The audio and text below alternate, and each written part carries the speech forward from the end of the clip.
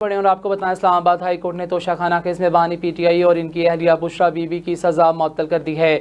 यहां पर आपको एक अहम खबर से अपडेट किया जा रहा है कि इस्लामाबाद हाई कोर्ट ने तोशाखाना केस में बानी पीटीआई और इनकी अहलिया बुशरा बीबी की सज़ा मुअत्तल कर दी है।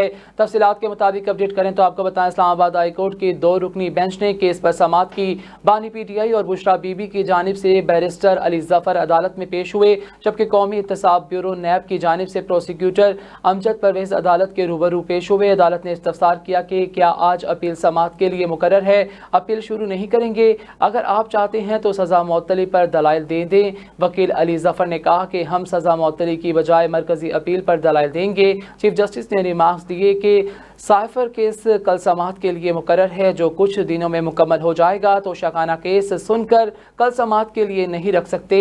FIA के दलाइल शुरू होने हैं, हमें नहीं मालूम वो कितना वक्त लेते हैं। जस्टिस मियां गुल हसन औरंगजेब ने नैब प्रोसिक्यूटर से पूछा कि क्या नैब सज़ा मुअत्तली पर कोई मौक़िफ़ पेश करना चाहता है। नैब प्रोसिक्यूटर ने कहा कि फ़ैसले का जायज़ा लिया है, ये सज़ा मुअत्तली का केस है, हमें सज़ा मुअत्तली पर कोई तराज़ नहीं, ताहम अपीलें अभी नहीं सुनी जा सकती।